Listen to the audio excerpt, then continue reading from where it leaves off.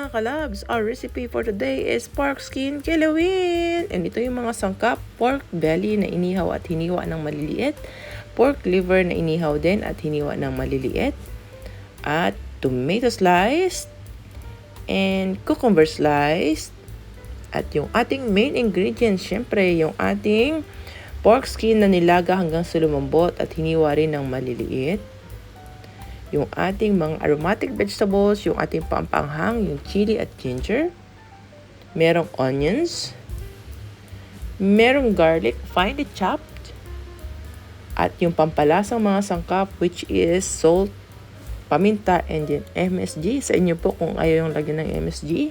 At yung syempre ang pampasarap na lemon juice. And now, let's start our mekos-mekos! Unang ilagay yung ating pork skin. Ibuhos na rin dito ang ating pork belly and pork liver. At syempre, buhusan natin ng pampasarap na lemon juice. Ayan, nagdagdag pa ako dyan ng 2 lemon. At syempre, ang garlic pala, and then onions.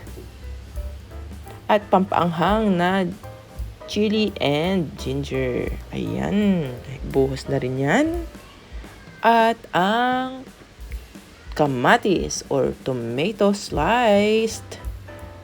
At syempre, hindi rin mawawala ang pipino na hiniwa din natin ng maninipis. Ayan. At lastly, ang ating pampalasang mga sangkap which is paminta, asin, at MSG.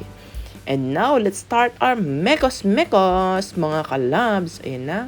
Haluin lang natin ito hanggang sa mag-blend in yung ating mga sangkap at syempre hanggang sa mahalo sa lahat ng ating ingredients ang ating pampalasang mga sangkap.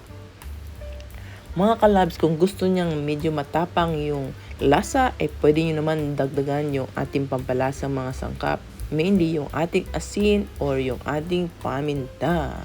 At syempre, kung gusto niya medyo maasim at mas maasim pa, pwede niyo lagyan ulit at dagdagan ng lemon juice. Ayan.